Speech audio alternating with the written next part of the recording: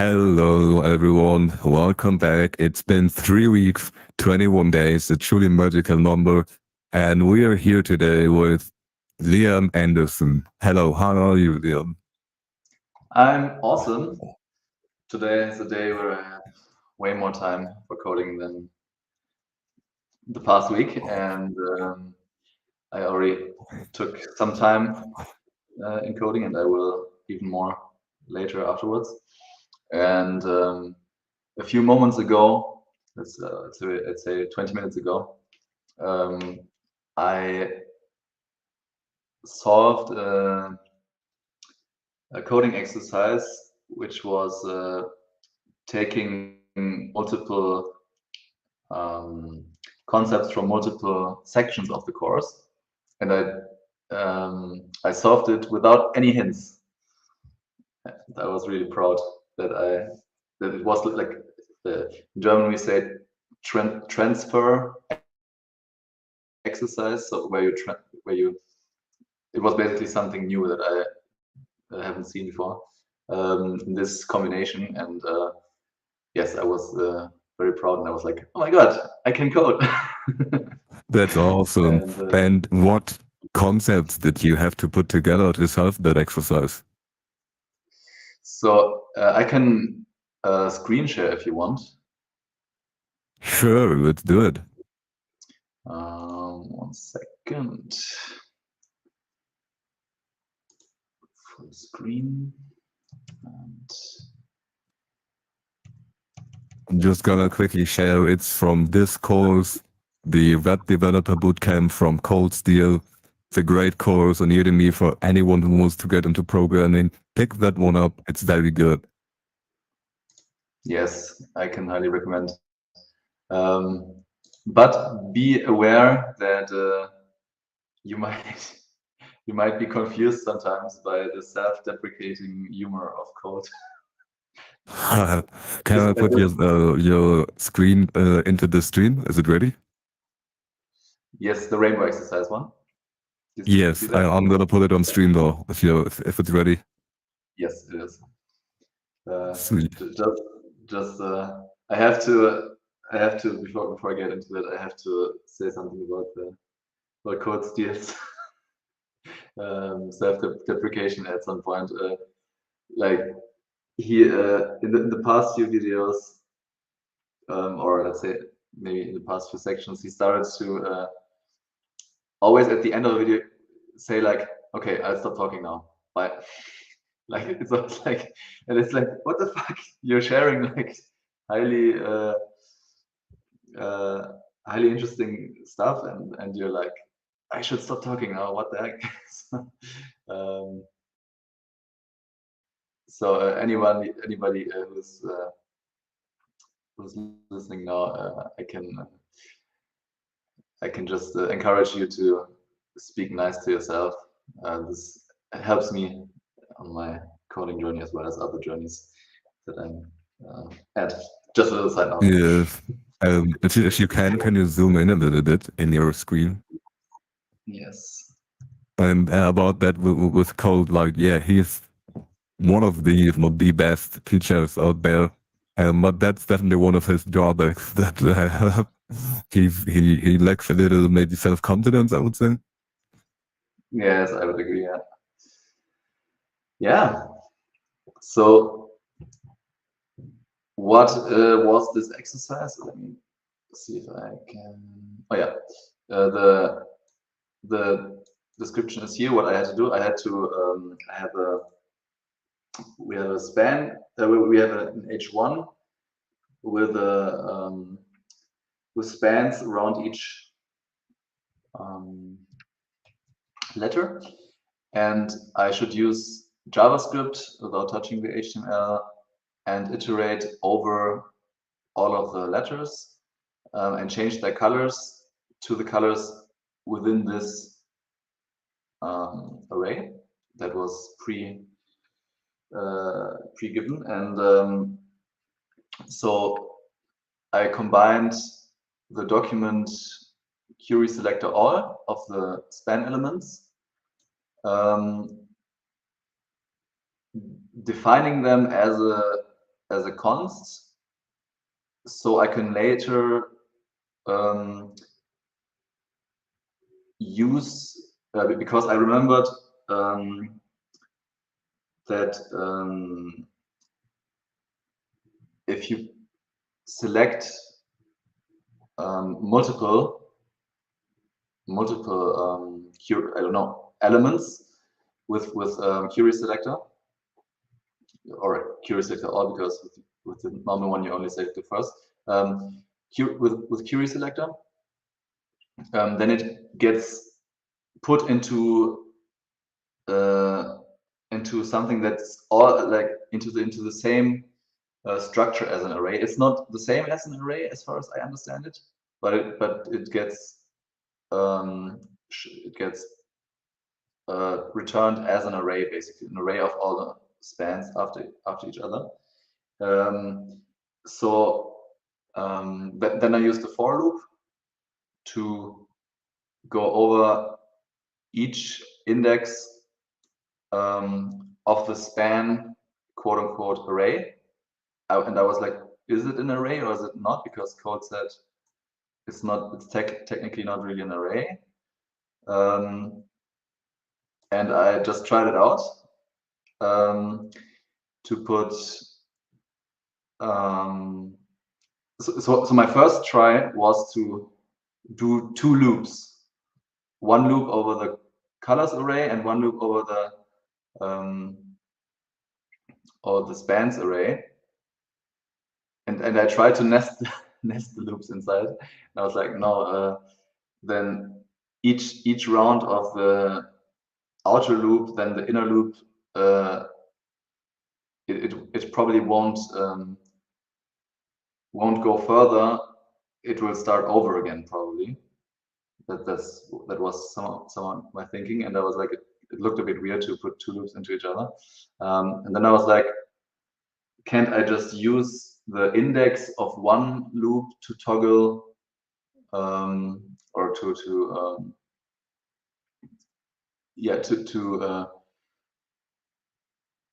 influence the output of another of a second array? And yeah, I don't remember having like 2 arrays toggled by the same index number at the same time within something. And so basically at first I had like spans.style.color equals colors and then with the index index in brackets. And then I was like, well, I could try to just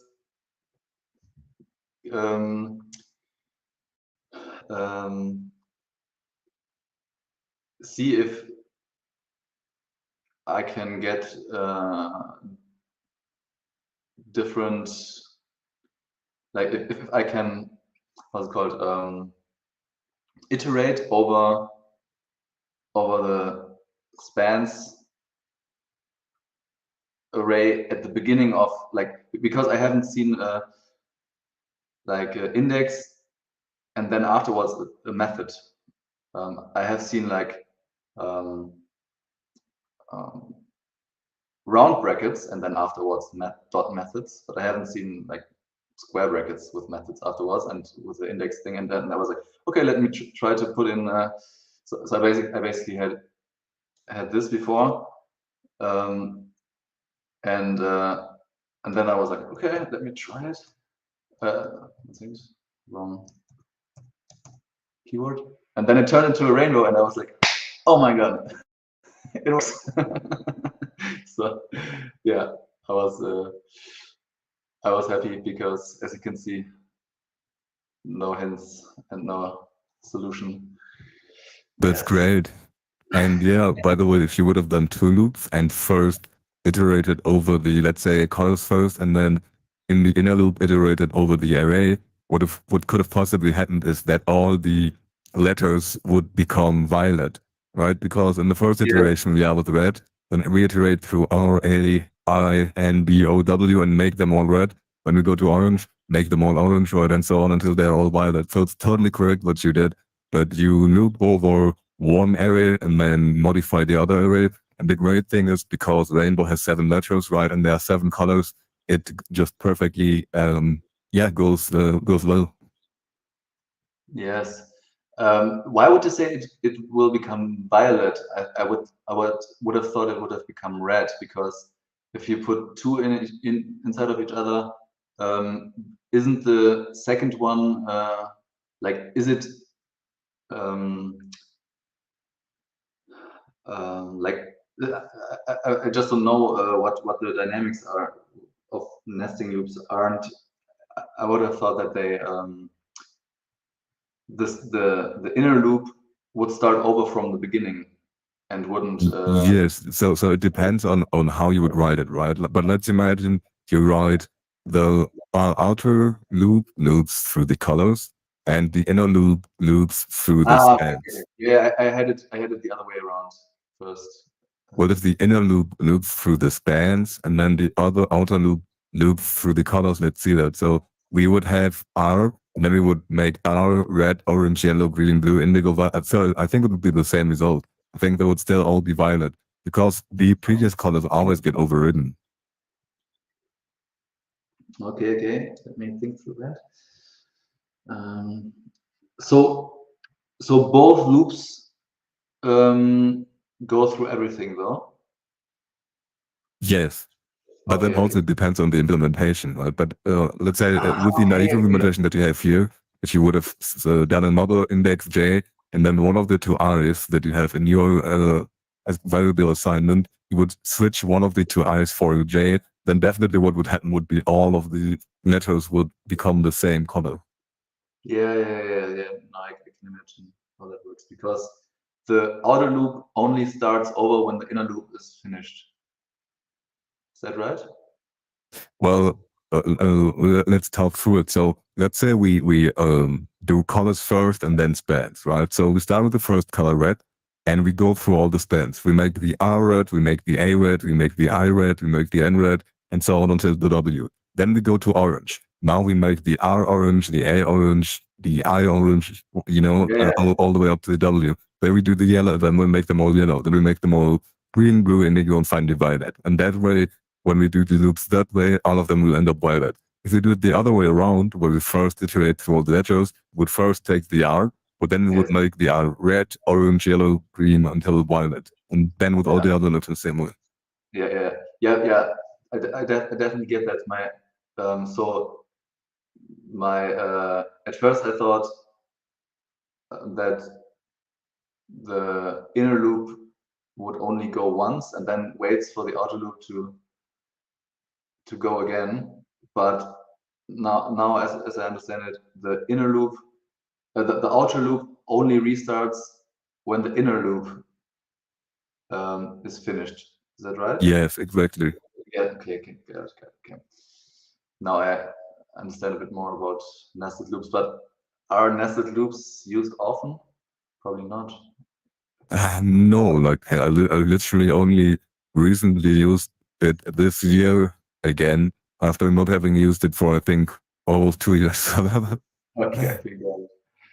Yeah. Should I stop my screen share, or can you stop it and then Yeah, go back? it's removed from the stream now, Okay, and I'm gonna pull up the code sandbox again. perfect. Yeah, and other than that, I looked at what did I look at today? Um, Basically, like some legacy methods to access the elements of a DOM. Well, basically getting elements by ID. We had that before, and we had wait, where was it? By tag and by class name. Oh yeah, these are the legacy ones basically that you rarely use, because what was the issue with those? So if you compare with the newer ones, query selector and query selector all, Um, the query selector. Okay, give me a second.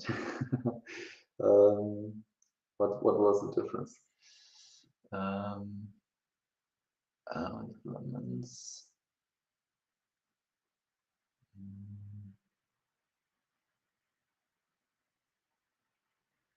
There was a difference, but I don't remember it exactly. Damn it! Was it something about the?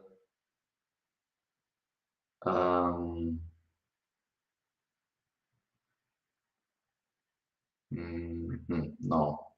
Damn it! I forgot.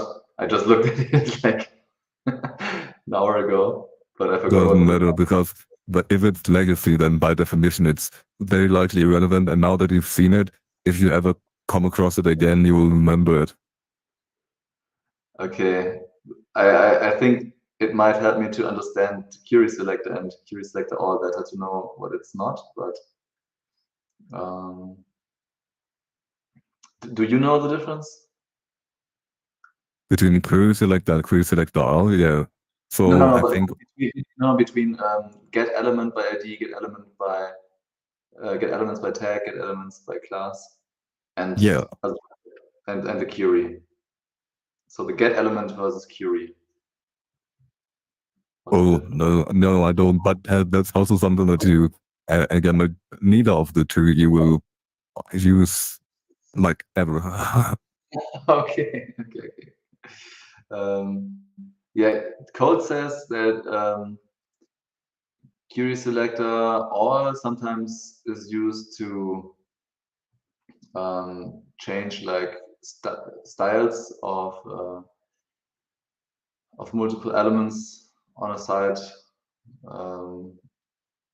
at the same time, and that sometimes that's used. But I'm not far enough in the whole thing yet, so I would know how to what the exact use case would be, because I also, as far as I understand it, when you change the style, you basically change it in line of the HTML and not in the CSS sheet, and that's not very useful as far as I understand it. Now I also today looked into the class list, which lets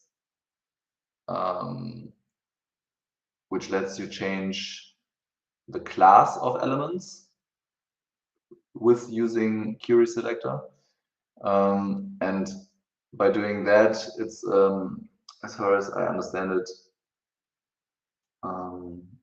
it's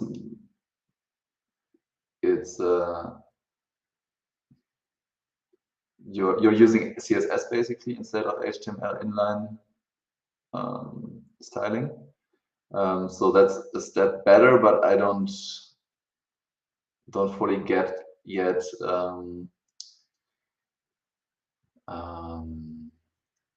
what do I not get? I don't get why we would use class stylings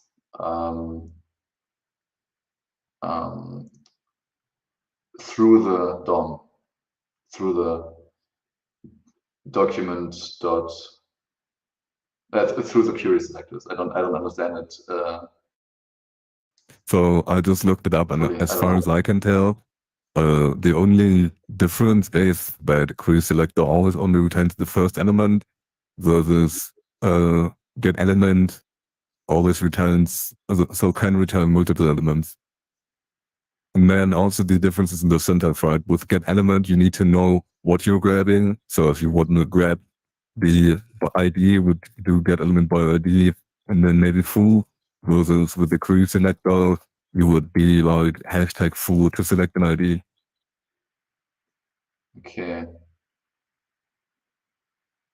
Okay. Well, if it's not that important, then I can. And with a class, you would do a dot, just the regular, basically jQuery selection. But again, like, this is something that you will The only situation in which you will encounter this is if for some reason you get a job at a company that has been around for more than 5 or 10 years, and they have a lot of old school code, and you need to edit that old school code. But everything that you create from scratch nowadays, you will very likely never see this. And if you ever come across this, you can just Google it and solve it with ChatGPT. It's that rare. Got it, got it. Okay, yeah. Um,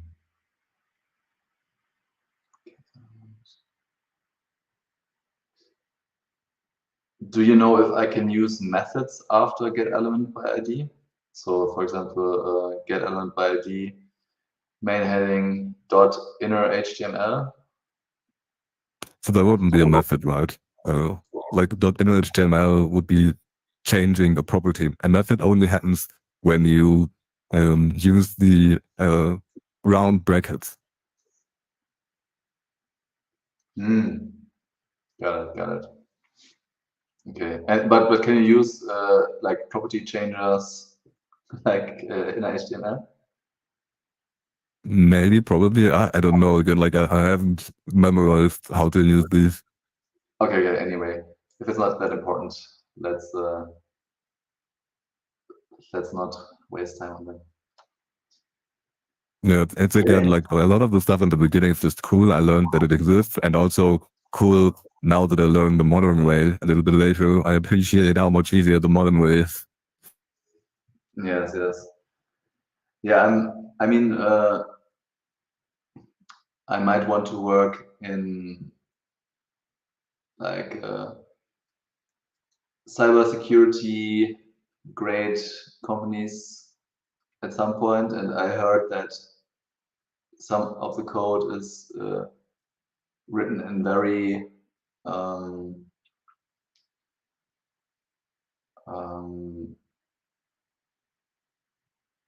like very basic stuff, like for example stuff it's not using stuff like remix or anything, because it's not too clear if there aren't any, if there maybe are any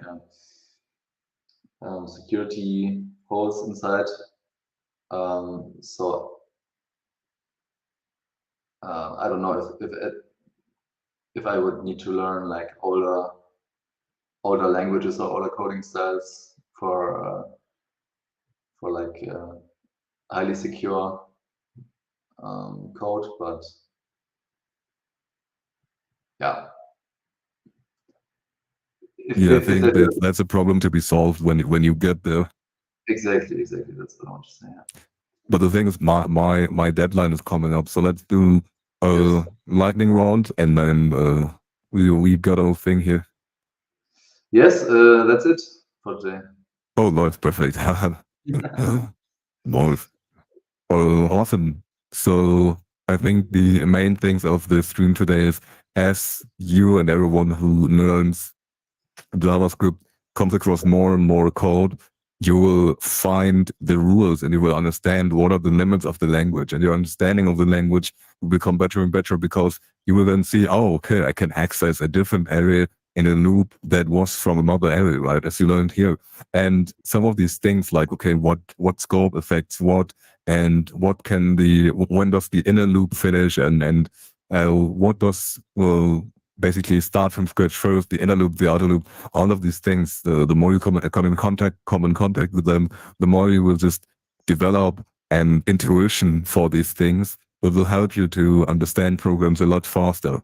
And it's again the my lesson that I basically preach every time we have these streams. What it's literally the most important lesson is just keep coming back every day, do a little bit more if you have the time, and eventually you will speak JavaScript just like English, just like your native tongue, because it's basically English, just very simple with way fewer words. And it lets you create cool stuff on computers and lets you communicate with them. So it's a great thing to learn. So this has been the day 21, 3 weeks in, of 100 days of code with Leon. Leon, Oh, sorry, with Leon Andersen, my mentor. Aleph Mill from 10x Dev. Almost butchered the outro, saved it.